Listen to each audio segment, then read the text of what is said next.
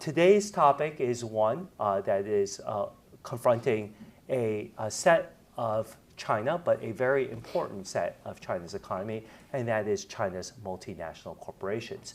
As many of you know, China has encouraged its companies to go out, to move into the global economy. But today's topic looks at how geopolitical tensions are dealing or confronting those companies and how they're dealing with those, particularly here in the United States. Our speaker today is Professor Ji Li, the Long Professor of China Business and Law at the University of California at Irvine. Professor Li is one of the leading figures to examine the behavior of Chinese companies overseas, particularly in the United States and particularly with regards to how they are navigating U.S. courts.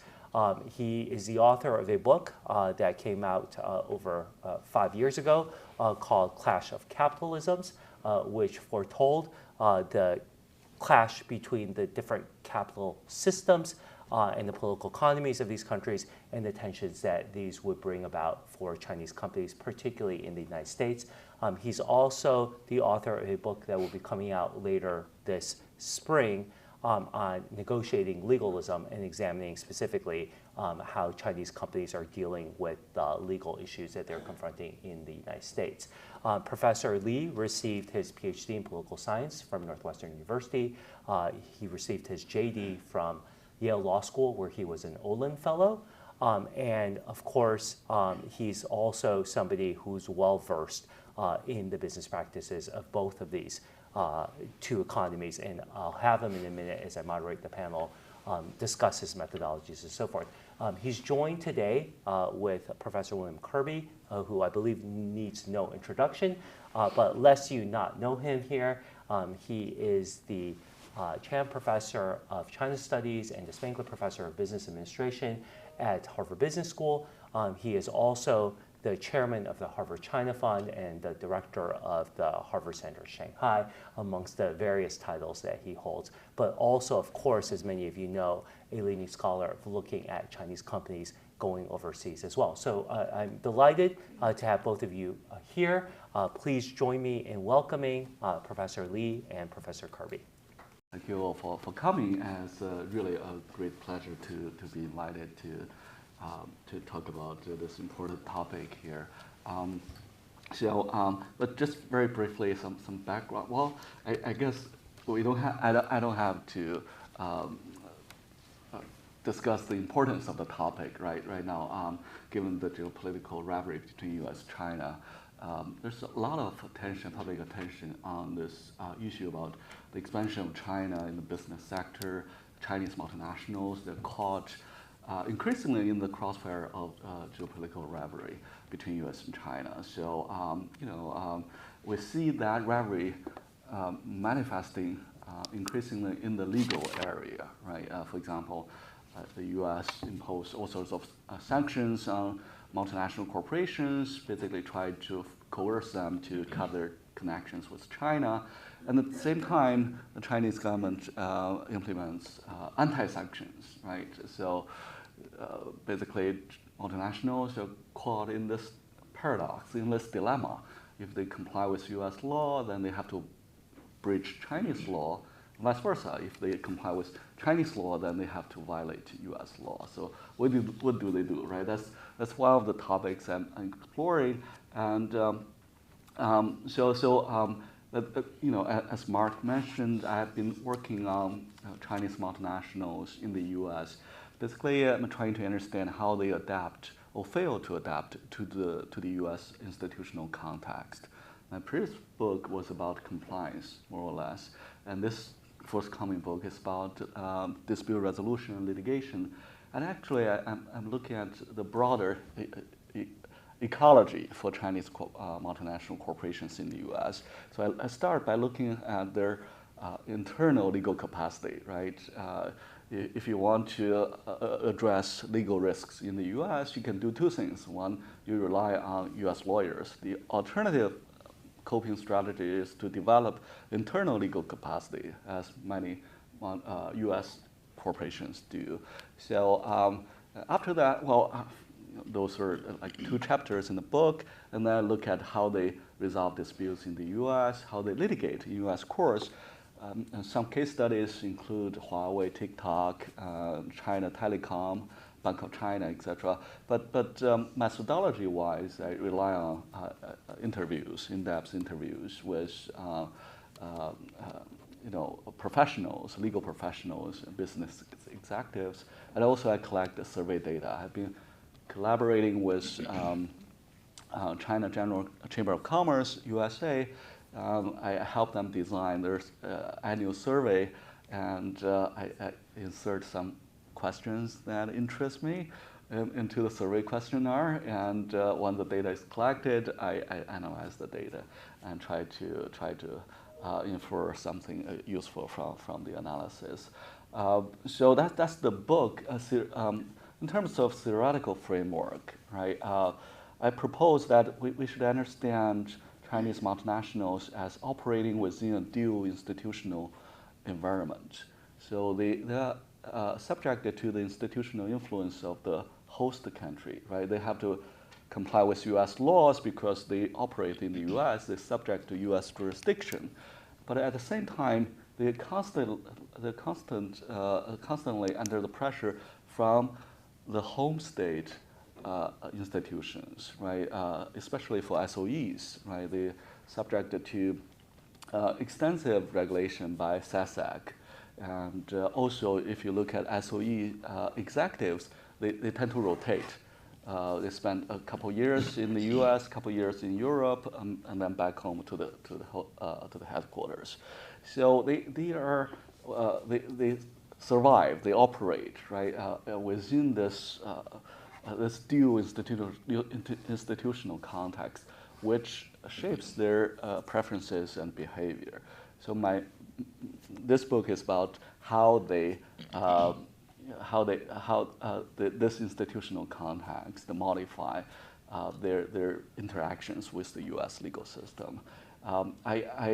As Mark said, I'm here not really to introduce this book, but more to engage in conversation with experts and the audience. So I will stop there. Just very brief overview of the book, and I would like to start the questions and answers and hear what you'll think about it. And yeah. Great. Well, thank you. The experts are all in the audience, not up here. So I hope we will have a vigorous participation from those who are here. Professor Li's first book on Clash of Capitalism, Chinese Companies in the United States, published in 2018, is really an outstanding book and strongly recommended to all of you. I should have signed it for my undergraduates. Anyway, well, thank you. But it's a long time almost, it seems, since 2018. I mean, it's not that many years, right. 5 years, but it feels like a different time. Yeah. In so many ways, with the decline of U.S.-China relations, the onset in 2020 of zero COVID in China, and the growing national security state concerns on both sides of the Pacific. And so I've been working over at the business school on a series of cases, now more individual cases, and mostly private companies, not public, not state-owned companies, and their activities on both sides of the Pacific, of how both American and Chinese companies, and Hong Kong companies, and Taiwan companies try to navigate the geopolitical divide between China and the United States right now. And I think, with a very simple observation from on high is coming out of COVID and so on. If you're, and I'm sure I can be corrected by two lawyers on either side of me, but from a purely legal perspective, and formally, in terms of formal law, actually China is more open to foreign investment than maybe it's ever been under the People's Republic, and the United States has become remarkably less open in this right, and not because it's formally less open, but because right now, if you're looking at regulatory risks, say as an American multinational or as a Chinese multinational seeking to do business in both markets, your biggest risk comes from Washington, because you don't know when the next set of regulations or public hearings are going are going to come down. China has become, bizarrely, but significantly more predictable in this regard than the United States. And so just to think about a few of the companies that I've been working on and written about, it is absolutely a low point in the history of diplomacy and of international relations that the two greatest powers of the world are at odds over a teenage video app called TikTok. It is I'm so glad that the national security of the United States is now more secure, at least in the state of Montana, which has sought to ban TikTok and allow us to allow the Montanans to be free of, although I think they do it anyway. But that's, of course, one area, and TikTok has taken legal steps, and perhaps you could describe some of their legal steps to stay in business in the United States. Or you would take another remarkable and outstanding company, CATL, the largest and best electric vehicle battery maker in the world, which the Ford Motor Company, which has been around a long time by adapting to times, wanted to partner with so that Ford could have competitive EVs in this country. And yet that becomes politically impossible, and politically impossible in order to meet their sustainability goals are certain to be set back very much, and those of the United States also set back very much.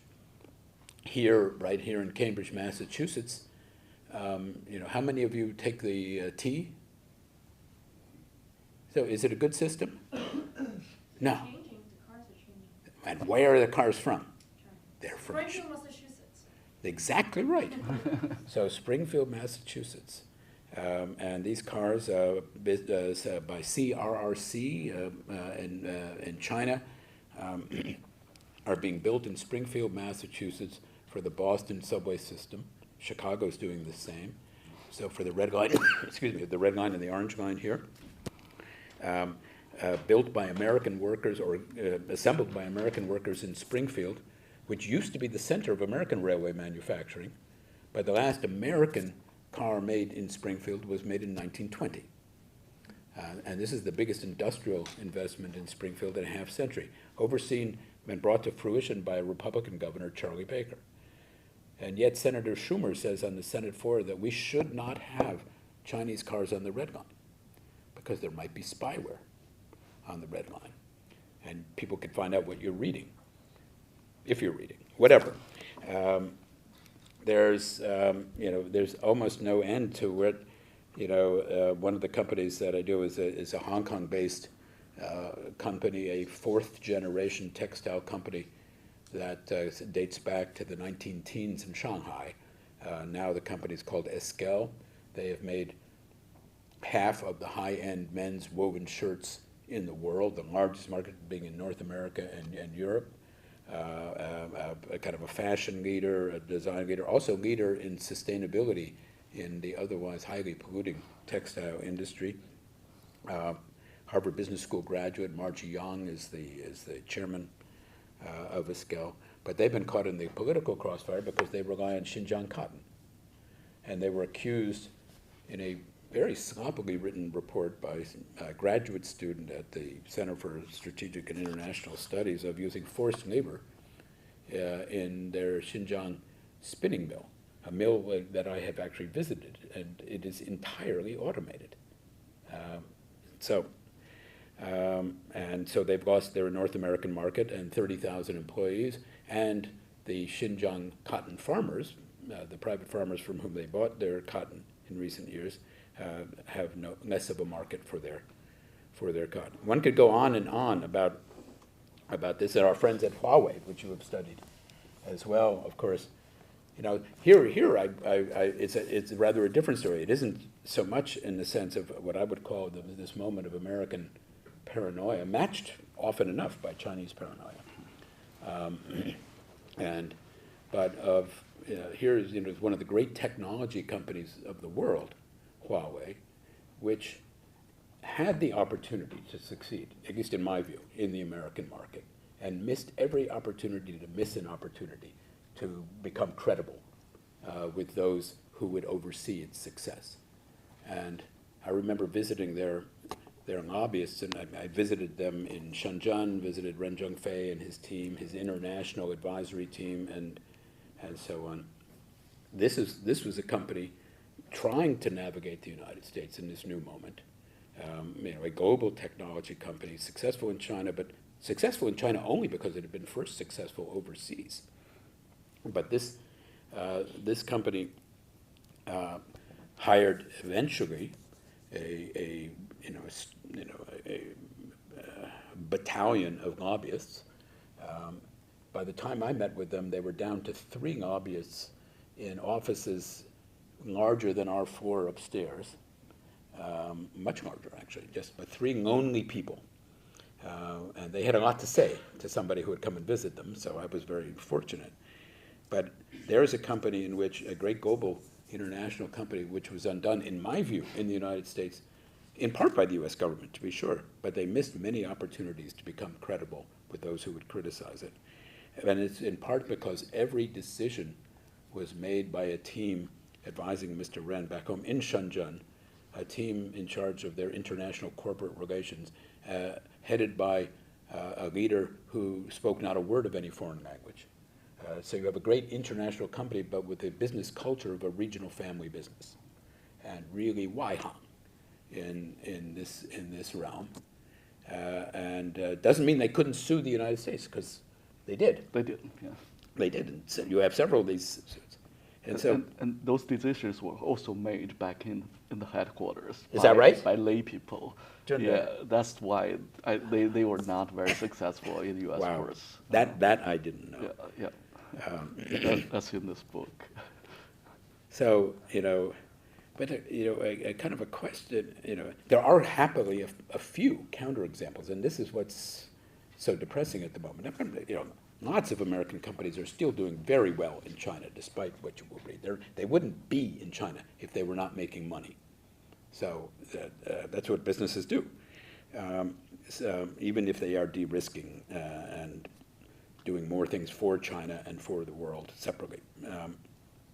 But there are a few happy counter stories. But I think my absolute first HBS case was done back in 2007 on Wanjiang in China. This Hangzhou-based auto parts company, founded in 1969 at the height of the Cultural Revolution, or at least that's the date that they claim to be the founding date, as a socialist enterprise, a 社对企业 in a 人民公社. But it becomes over time, like so many companies, basically a TVE, Township Village enterprise, then truly what it's always been, a family business, and now a global business. And they invested in the auto parts industry in the upper Midwest in the early 2000s at a time in which no one on earth saw the future of that industry. And it was a very risky bet. If Obama had not bailed out the American automobile companies, they would it would not have been as successful. But it turned out to be an outstanding bet, and they saved tens of thousands of American jobs in the process of doing it. And one of the remarkable moments in U.S.-China relations, and one should grasp those good moments. I mean, it's a sad moment and a good moment. When the founder of this firm, Lu Guanqiu, passed away 3 years ago, I think, in Hangzhou. There was a memorial service for him in Hangzhou, one also in China, in Beijing, China, and in Chicago, overseen by the governor of Illinois and the mayor of Chicago, because this company had become a great corporate citizen in the Chicago region, very good corporate sense of corporate social responsibility. It's an American company, Wanxiang America, incorporated, but of course it's a Chinese company run by the son-in-law, a family business of the founder. But those opportunities seem so few, and at this moment, this is the last thing I'll say for right now. We just had next door Ambassador Leitzinger from who had been the chief negotiator for the United States on trade deals with China during the Trump administration, and with the Reagan administration on Japan, and a tough negotiator on both sides, trying to bring down the trade deficit that the United States had. And of course the situations are different, which he pointed out. But in the 1980s, that trade tension was diffused to a considerable degree by Japanese investment in the United States, particularly in the automobile industry, which was a hot point. Right now, do you think that another one of my business school cases, in EV company NIO, is going to be able to start production in the United States, or to sell, even to sell in the United States? Because they're selling well in Norway, they're starting to sell in Germany, in the Netherlands, and elsewhere. Chinese EVs are starting to do well in European markets. Would we, keep out a private Chinese EV company from producing automobiles that are both better and cheaper than any that are likely to be produced in the United States for American consumers? I don't know, but I'm not optimistic that we have the wisdom to do that, even if it would bring a lot of jobs to the. So Professor Lee, how are you going to solve this? Right. Let me broaden the scope out a little bit more, so we're not talking just solely about NIO here, right? I think there are a couple of things that came out in this last exchange, right? One of the questions is there a difference in terms of how private companies are responding versus state companies? Amongst private companies, could we disaggregate them even further by certain types? Among state-owned companies, is it different if it's overseen by central SASAC versus one of the provincial SASACs versus if it's just simply a TVE, remnant legacy firm, and so forth? So that's one set of questions. The other is, let's talk a little bit more about tactics, right? Two tactics came about. One is in terms of lobbying directly, whether that's federal government, central, state, local government, and so forth. The other is corporate social responsibility, those types of measures. Are you seeing other types of strategies that are being used? So just wanted to ask you to take this and sort of expand a little bit more for our audience and unpack a little bit. Because I think oftentimes people think, right, Chinese multinationals, it's one type, but really your research is showing just as American multinationals can't all be lumped together, same is true for Chinese multinationals. Right. Yeah, those are very good questions. So, first, as my previous book and this one have shown, there's enormous intercompany variations, right? A big distinguishing factor is ownership type. State-owned enterprises and privately owned enterprises, they have different they operate with different logic, right? SOEs, profit maximization is not their top concern, and not even a prioritized objective for SOE executives when they make decisions, or any type of decisions. So you have all sorts of, SASAC is the nominal, right, shareholder, but also a regulator. But they depends on the sector of the SOE. They may also have to respond to other government agencies in China. And as I mentioned, the senior executives of SOEs, they almost always are expatriates from China, and they rotate. They stay in the U.S. only for a couple years, at most 7 years, for various reasons. And given the context, actually political context, many of them are scared, right? They want to go back to China. They are afraid that what happened to Meng Wanzhou will happen to them. But it's hard to find their replacements. The headquarters it used to be the case where people would compete to be assigned to the U.S., right? But these days, they just try to avoid being assigned to U.S. Some of my interview subjects, right, stay over their supposed tenure in the U.S. because nobody would come and replace them. So they're stuck here. They're really scared. So SOEs and POEs, privately owned enterprises, are entirely different. POEs, mostly they maximize their goal is to maximize their profits. Of course, how they do that is very much determined by the institutional context they're in, also by their, their limited rationality, right? They have very little knowledge about the U.S.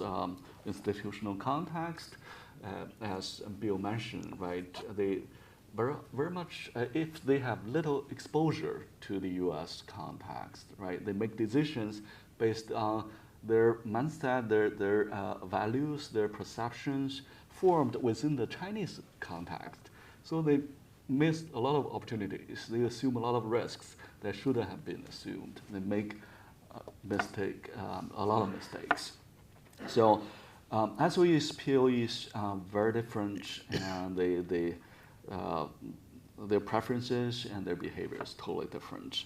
And among SOEs, this book doesn't distinguish central SOEs and provincial municipal SOEs, but that's a fascinating question. That's, as I gestured at the end of the book, that's an important topic to be explored in the future.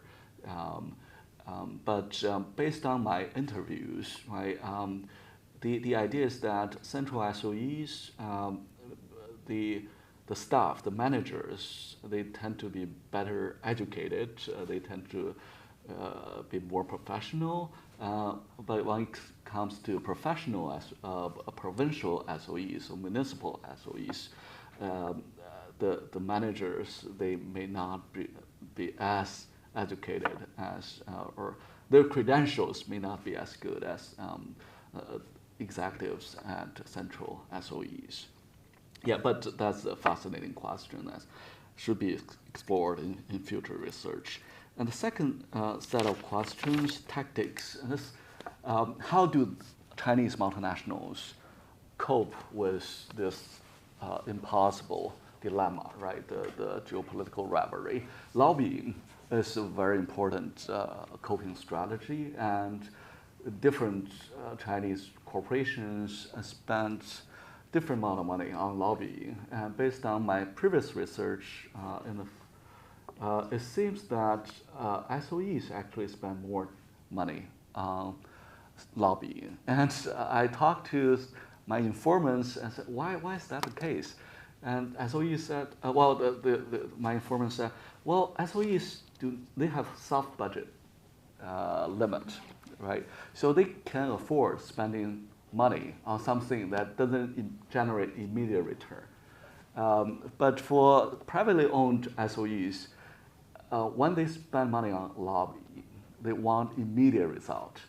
Huawei is a good example, right? They send people to lobby the government, and it has to show up in their KPI, right? Whether they can invite U.S. policymakers to China to meet with Ren Zhengfei or his advisors, that will show up. Right? They want immediate, tangible result. But SOEs, they don't need that. But still, my informant left DC just 2 years ago, right? Why? And before his departure, he said, well, there's just no future in the U.S. Right? The SOEs is now in this mode of, they basically stopped expanding in the U.S. They don't anticipate any cross-border M&A deal that involve U.S. assets. So there's no need to engage in lobbying anymore. So you see both sides to this story, right? On the one hand, SOEs engage in lobbying because they don't need immediate result. On the other hand, given the political context, the rivalry, they don't see any future, so they don't see any possible need for future lobbying.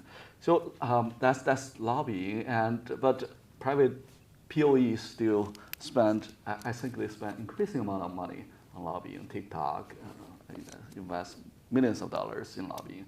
So that's one tactic.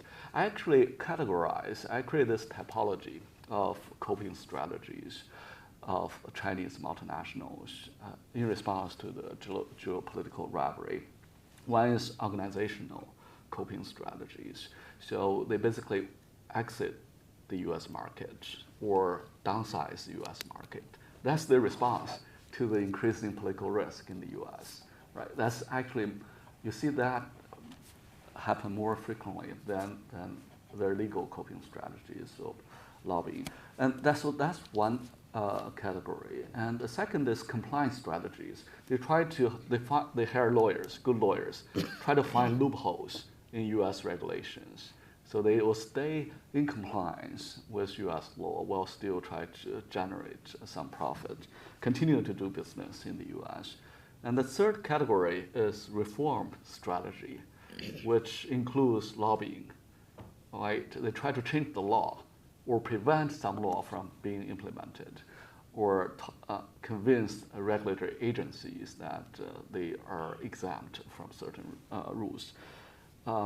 Another important reform strategy will be litigation. They try to change the law by filing lawsuits, litigating in U.S. courts. So that's what TikTok has been doing. That's what Huawei has been doing.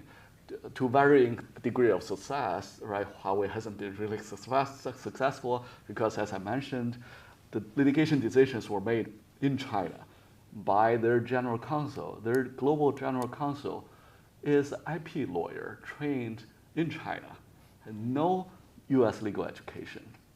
And he wasn't a lawyer in the first. He was an engineer who self-studied Chinese law, then passed the bar. Right? You didn't have to go to law school back, decades ago. You didn't have to go to law school to pass the bar exam. So he was the global general counsel for Huawei, and he was making the litigation decisions in the EU for the U.S. operations. So no surprise, right? The strategy have not been very successful. But TikTok, right? They are based. They have been adapted. They have been quite adaptive, right? They fully Americanized, right? They operate basically as a U.S. corporations, right? So decisions are made locally. They are very aggressive in terms of litigating against the U.S. Rules and regulations. So they have been relatively successful, and so it varies also across different forums. So CSR.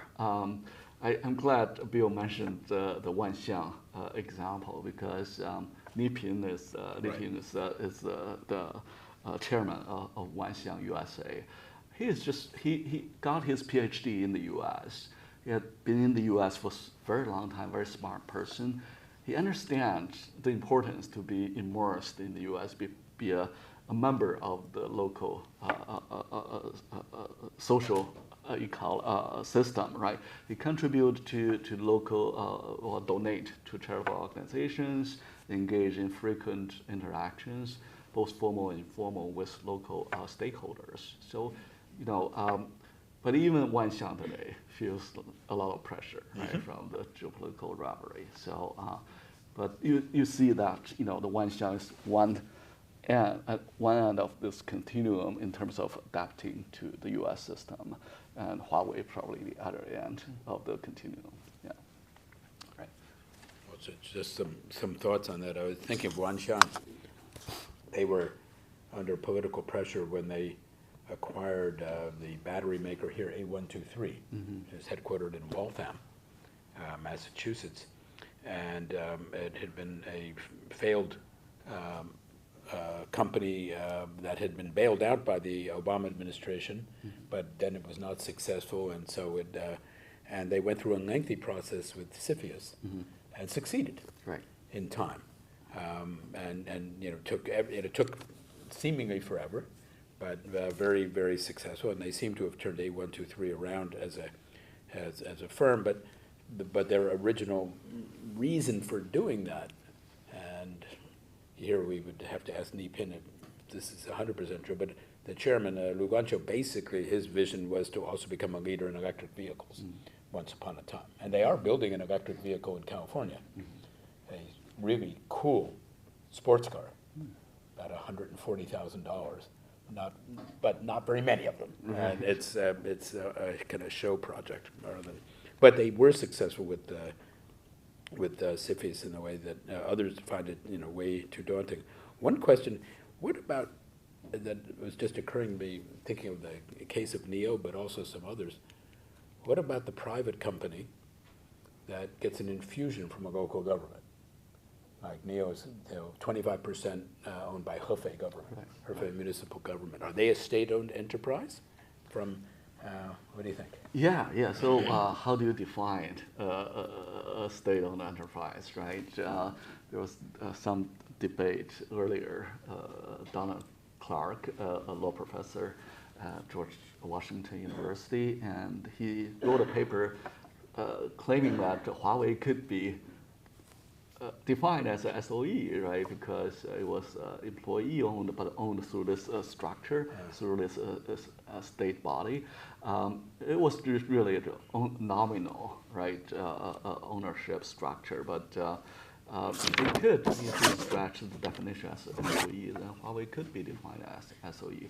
So, and also there's this paper published by Curtis Milhaupt, right, about how do you distinguish SOE and the POEs, one SOE is also highly immersed in the interventionist state, right? It's a lot of private POEs also receive a lot of capital investment from government entities, probably not directly, but indirectly through their investment vehicles, right? And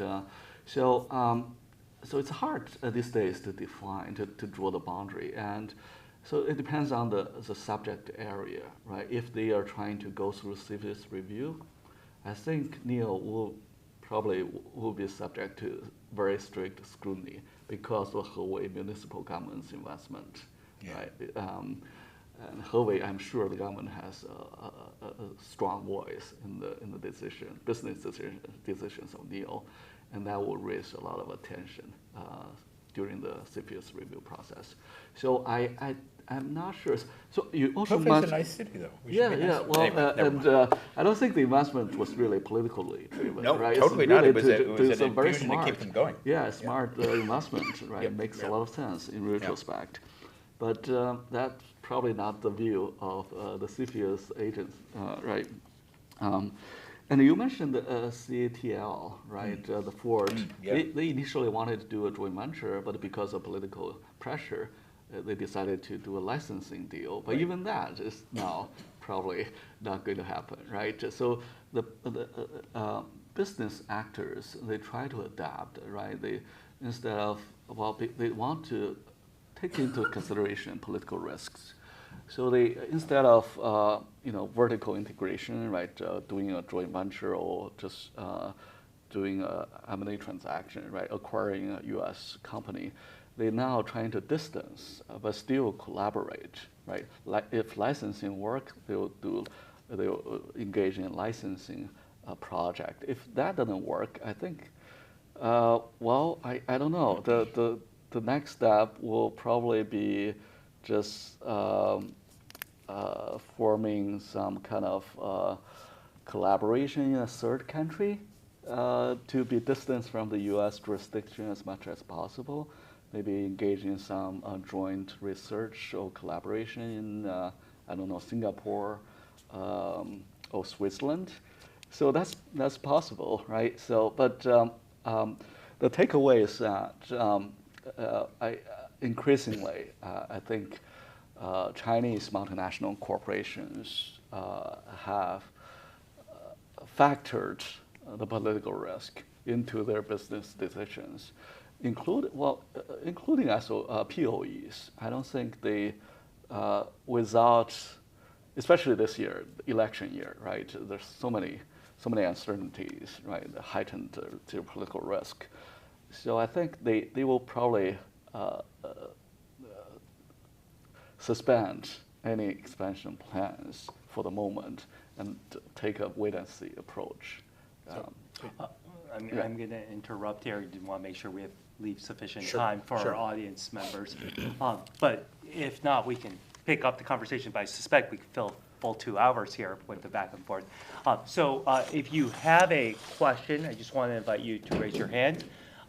We'll bring a microphone around, so please wait until the microphone. And then please also state your name and your affiliation and try to keep your question as short as possible. So maybe we could start with Professor Shao.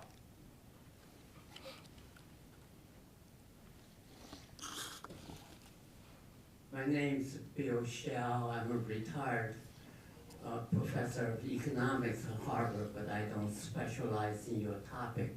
So I have two related questions.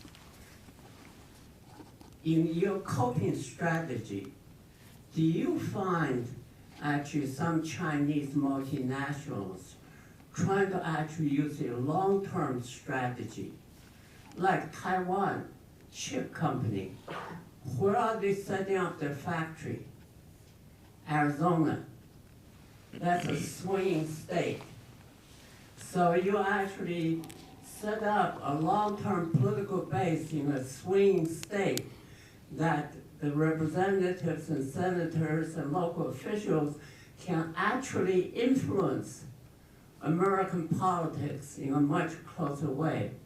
Then if you look at the Japanese firms, what do they do? Which investment banks do they engage to offer their IPOs?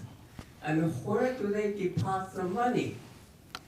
So does the Chinese multinationals actually going beyond the immediate coping like lobbying, but dealing with really longer range of really building up the political base?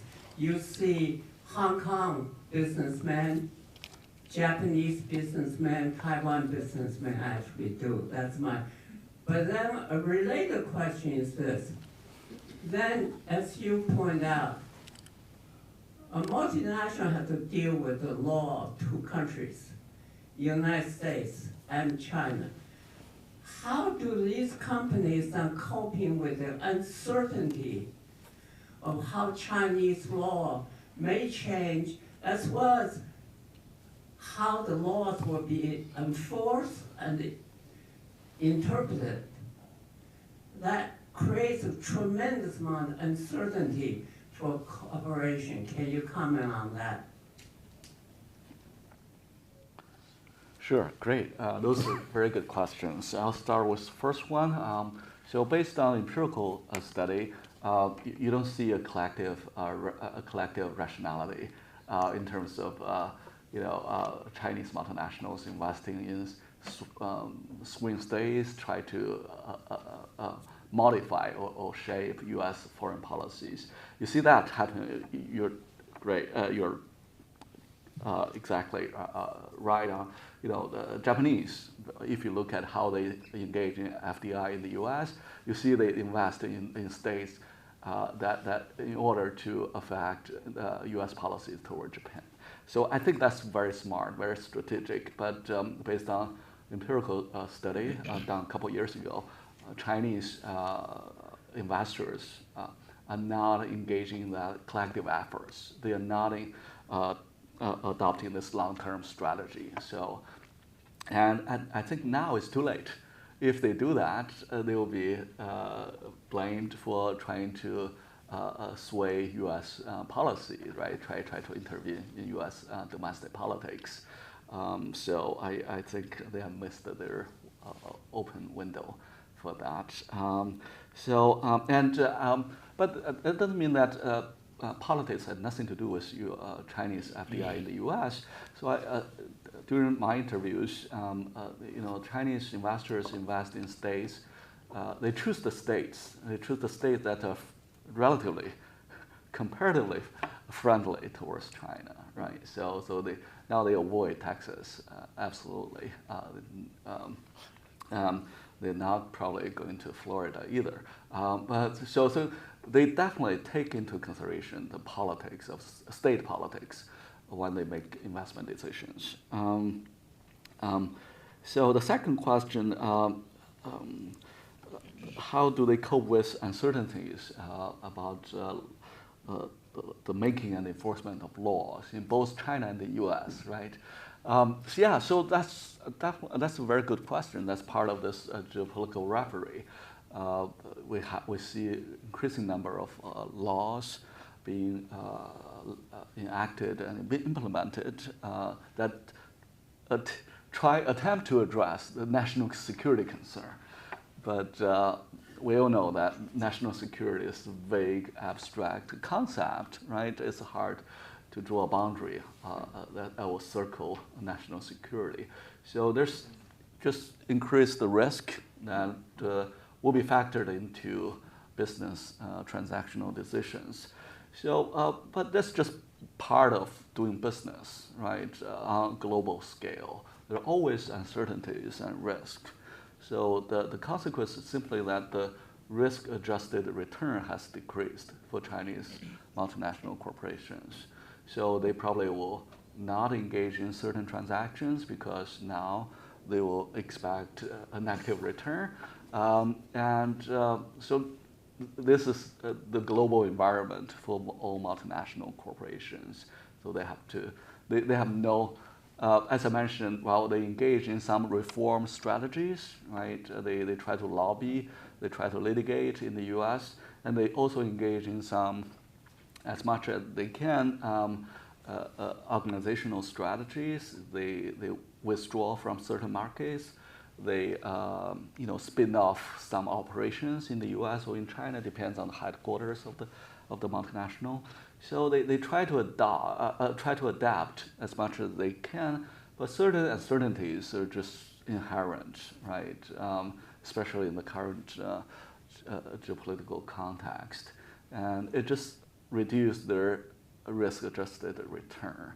And I think that's a systematic risk that's affecting all multinational corporations. So yeah, that's just a new fact. Yeah. But thank you for those two very good questions. No, I'm Professor Jim, thanks for the talk and thanks to Phil for the comments. My name is Mei. I'm from Boston University. I've been working on this. I just asked two quick questions. One, I feel the current framing still thinking about private state as type. So Chinese company is less useful than before because now the whole the intensification of tension is already like anything related to China, then it will be present the same kind of problem. So I wonder on this, accepting that Chinese firms is already tarnished, right? But there are different sectors. Are you saying the companies or people who work in these areas begin to really identify, sharpen down what are the sectors that in China that actually are more promising and can find coalitions or willing in the United States? Because I think I have a lot of literature on this. So first the question is, do you see the firms' coping strategy or response moving away from traditional compliance to thinking about this sectorial complementarity, and from a more traditional globalization perspective, are there places and sectors that actually are more promising for the Chinese firm? The second is, I think this theory is a critical issue for China, right? But I wonder, particularly to Bill, you've seen this for so long, is this critical moment for America? Yeah, I see like anything that China, the EV, the question, for example, last year EV exports from China topped the world, BYD surpassed Tesla. Immediately, two foreign affairs articles coming out talking about this is greatest challenge to America. And so the relative competitiveness of China in the renewable energy and the green industry are just so immense. And America, no matter how much tariff you increase, is still uncompetitive. So the only way that to come out is really to limit trade and limit investments. In short term, maybe it undercuts China, But in the long term, I actually don't know. So is this a kind of critical moment for American economic power as well? Thank you. Yeah, those are very good questions. And so first, yeah, so there has been this since Milhoff's article came out. There's been debate that SOEs and POEs, they don't really differ that much. That's actually a question, empirical question for me to explore in the book. So I did, based on my analysis, it appears that at least for the topic I am addressing, right, their adaptation to the legal system, it seems that the ownership tab really matters. But from the U.S. policymakers' perspective, right, they see all Chinese investors as Chinese investors, right? Period. Well, if they are SOEs, of course, during the CFIUS review process, there may be more scrutiny. But POEs can also have state-related investors as well, right? So to U.S. policymakers, this may be a subtle difference that they don't really care. So sectors, yes, for some of the topics I explored, it does seem to matter, especially when it comes to, well, there's one chapter about how they interact with U.S. lawyers. What do they care? What do they consider when they select U.S. lawyers, right? Do they want to select the U.S. lawyers with U.S. government background, right? So do they select the U.S. lawyers that are the least expensive, right? Except, there's a long list of considerations. And it seems that those operating in sensitive in sectors that are heavily regulated, they don't really care much about the legal fee. They will pick the best lawyers they can find. But for SOEs, this relates to the ownership tab. SOEs want to pick U.S. lawyers with government background. And the reason that is they want to mitigate the trust deficiency, right? They want to pick lawyers who are insiders, who have the trust of the U.S. government to work for the SOEs. That's just, one probably more concrete answer to your broad question, right? Does sector matter? I think it matters, and but to what extent it matters depends on the topic, the question you want to answer. You raise a very good point, right? In some sectors, China is highly competitive. Chinese companies are highly competitive, and so in renewable energy sector, it's hard for the U.S. government to really cut off China, right? So, but what kind of form will collaboration take place, right?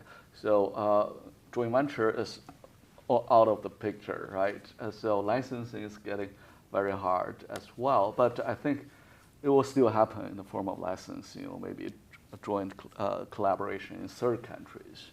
And then through the third country, you pass the technology to the U.S. So that's, I think, will be the coping strategy that probably we'll see that happen in the future, in the near future. Yeah. But I don't know if I answered your question. We can talk more. Okay, yeah, afterwards. Thank you. So just one thought on that. It's a good set of questions, of course. So, when you look about it, if this divide, particularly in the automobile industry, continues, it doesn't look like it can possibly be good news for the American automobile industry. General Motors does not exist as a company today if it were not for its China market. And restrictions on one side will inevitably, in international trade and diplomatic relations, result in restrictions, formal or informal, on the other side. And we'll see how well they can be competitive with the new EV market in China. And so really the only way one can imagine a quick cooperation, a way of, this ought to be a mutually advantageous relationship in this market, and yet for political reasons it is not. So the likelihood is the third country operation, and say CATL, and I'm just making this up, with Volkswagen will build more plants in Mexico, Mm-hmm. and they'll come in through NAFTA, Mhm. or whatever it's called now, Yeah.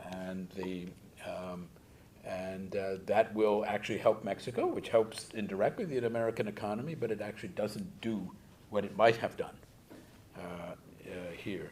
Or another area of historical cooperation, kind of had been the least political of our areas of cooperation, is agriculture. The huge American exports to China. Then this becomes highly politicized with the Trump tariffs, which end up costing American taxpayers extraordinary amounts of money to bail out the American farmers for what they've lost in the China market. And now we have this, I can only call it insane paranoia about Chinese agribusinesses that are, have looked to experiment and learn from American agribusiness about how to modernize Chinese agriculture. That the Chinese are buying up our farmland. And so far, I think 0.1% of farmland is owned by any company that is directly related to China. And so this is, without question, the most extraordinary national security threat I've ever seen. So we'll take a question there, and then if you could move a mic over there. Is there anyone else who has a question? Okay, so when you're done with your question, if you could pass it to the gentleman behind you in the meantime. Okay, please. Thank you. My name is Rosie. I'm a Nathan Fellow and an MBA student. 10 years ago, I'm not a practitioner anymore. I was a former FBI lawyer and CSR and the government affairs, working in multinationals, both in US, I also work with Lebanon Group, I was in Myanmar. Yes, through my practice, I have seen a lot of the real-time case, as Professor mentions and Bill mentions. And I just want to bring two of my questions for discussion, if possible.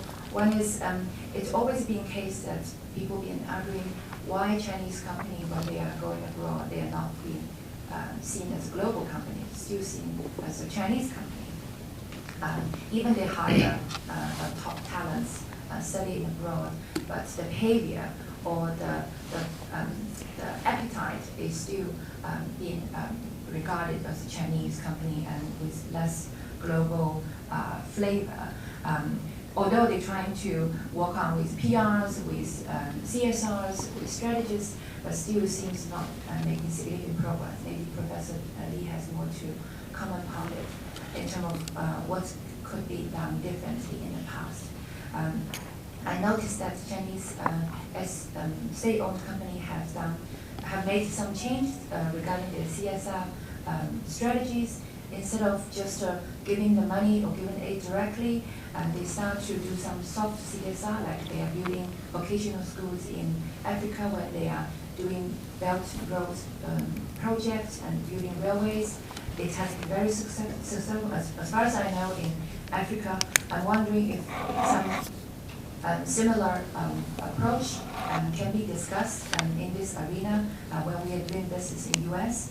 On the other side, from United States point of view, I really want to ask Professor Bill and all of you a question is that, because we always want to know what is the root cause, right? Why the media, why the congressmen, when they are participating in the hearing, they ask questions to, I remember the TikTok CEO's question, one of the congressmen not even understand Wi-Fi and this, fundamental question very clearly. So it seems like there's a lot of mistrust. It was embedded deeply in these people with powers, at least from the previous generations. What can we do to prepare the future American business leader or political or legislator to understand more about China? Because China has been doing a lot of culture exchange, bring medical students, law students from various countries in Southeast Asia and Africa to prepare them to have global mindset and have a certain appreciation about China and how they run the country and business. I'm wondering if people-to-people connections can be at some point being re-established like those days in Nixon and Clinton's, where a lot of American students was coming to China, study Chinese languages. So, right, good questions. So, So why Chinese companies are viewed as Chinese companies when they invest abroad? That's overgeneralization, I think. Based on my research, a lot of Chinese companies try to hide their Chinese identity, especially POEs. They try to present themselves as local U.S. company. They will change their name. They will hire local salesperson. You can't tell from their business, their website, that they're actually a Chinese company. And for larger Chinese companies, they vary again. They vary in terms of their degree of internationalization. So you can compare Huawei with Lenovo. Lenovo, they claim they call themselves a global company with Chinese heritage, right? And so they have a global headquarters in North Carolina, right? And their global general counsel is a U.S. lawyer, a seasoned U.S. lawyer. So their board, you see, many of their board members are non-Chinese executives. So I think but Huawei, right, and China Telecom, they remain Chinese companies. You see a lot of Chinese attributes. But for other companies, they have been fully globalized, and China is just part of their operations. So I think it varies. I wouldn't say all Chinese companies will remain Chinese, even if they have been operating abroad for a long time. And the second, U.S. politicians seem to be ignorant about China, right? I think, I'm quoting this comment from a lobbyist who used to work for Chinese SOE. He worked in D.C. for a long time, and he said, you can't wake up a person who is faking sleep, right? The politicians, they know China, or at least they know a lot. They know something, the basic. They have the basic understanding of China, but they pretend they don't, right? Because it serves their political interest. A lot of what you see in D.C. is just political drama, right? The politicians, they need to they need to react to their constituencies, and their constituencies will benefit from increasing confrontation with China, right? Labor union, right? Some rights groups. In Florida, a lot of Cuban voters really hate China. In Orange County, Vietnamese voters really hate China. We really hate Communist Party. So the politicians who got elected in Orange County in Florida, of course, they will do anything within their power to increase U.S.-China rivalry. So you have to disaggregate the U.S. politics, look at different politicians, look at their constituencies. Some of them really benefit from a U.S.-China rivalry, and that momentum, which was created during the Trump administration, continues because of that, the diversity of interest. So keep that in mind. They are smart people, right? They're smart politicians. They're ignorant about China because that serves their political interest, not because they're dumb. Let me just add one comment on the latter question, which is on people to people. I think I was very encouraged during the last year of several trips to China and meeting with heads of Chinese universities in all parts of Greater China about the need to restart our academic partnerships and relationships, met with enthusiastic approval and cooperation. We were able to send several hundred undergraduates to China last summer. We are starting a summer school in Shanghai next summer. We had a very successful language program in Taipei. We've given a lot of faculty grants for renewed intellectual cooperation with China. Our Fairbanks Center has done an extraordinary job in bringing Chinese scholars over here for both public and confidential conversations. So I think the good thing about universities is that they outlive governments. So stick around. Right, that's probably the best strategy, long-term strategy. Please. Hi, Eva from Asia Center. I always, a company usually when they are, facing the crisis, the PR is very important, and spokesman also very important. So about the Xinjiang cotton, Professor Kirby just mentioned, but we never really hear anything about like the defense on this issue.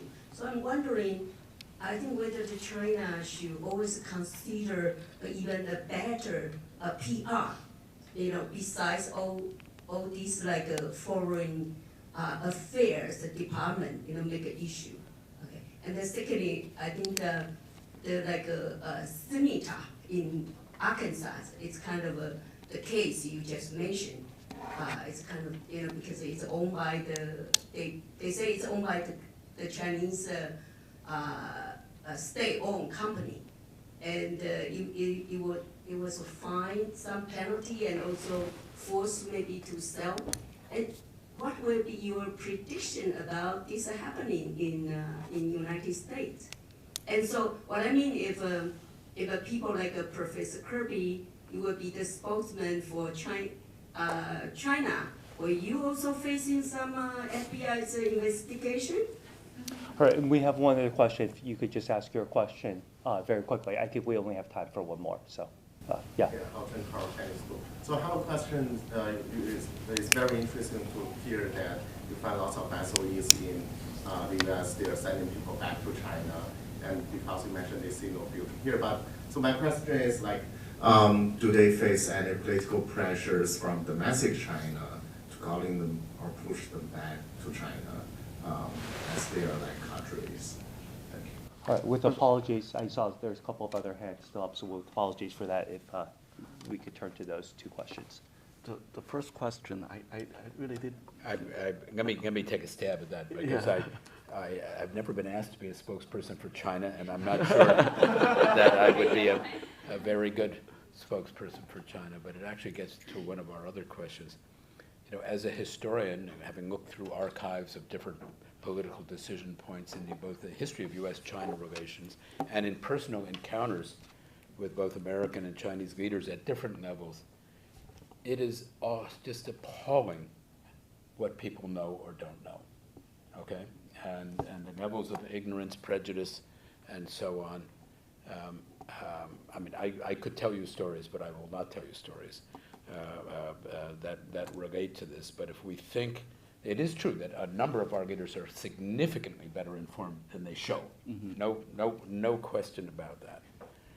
And I must say, years and years ago, I was part of an Aspen Institute thing for members of Congress on China when then Senator Biden was head of the Foreign Relations Committee. And I was amazed at how expert he was on issues of politics and even history in East Asia. Mm-hmm. He was really, really deeply knowledgeable. But it's rare. It's very rare. They don't come. What should we do to help them? They should come back for remedial education at the Kennedy School, I guess, or at one of our places. But that's the one thing that I would say to that. You should have the final word, sir. No, I actually I didn't quite get the second question. So for those central SOEs, managers like here in the States, so they go back. So do they have any political pressure in China to call them to go back, or just purely because they see, okay, here the environment is not good, they see no future for the market? Yeah, so good point. I asked them the question, right? So if you don't see any future here, why do some of them were sent back, but some stayed? I said, just take a wait and see approach, right? SOEs, they're more like bureaucratic body of the extended bureaucratic body. SOE managers are risk averse, and so definitely they're not going to expand in the U.S. right, and further within the political context. But they also, if they exit the U.S., it's a big deal, right? They have been in the U.S. for decades. For some of them, they've been here for decades. They have their staff here, offices, or some operations here. So they just take a typical risk-averse approach. Let's wait and see. And so those who are already here, they're stuck because nobody wants to be assigned to the U.S. to replace them, but they cannot return either. So yeah, they're just downsizing and trying to preserve status quo as much as possible. Thank you both for a fascinating discussion. Please join us next week at the same time for Professor Meg Rithmeyer speaking about Can the Chinese Financial System Be Effective? And again, thank you both, Professor Kirby, Professor Lee. Please join me in a round of applause. Well, thank you all. Thank you.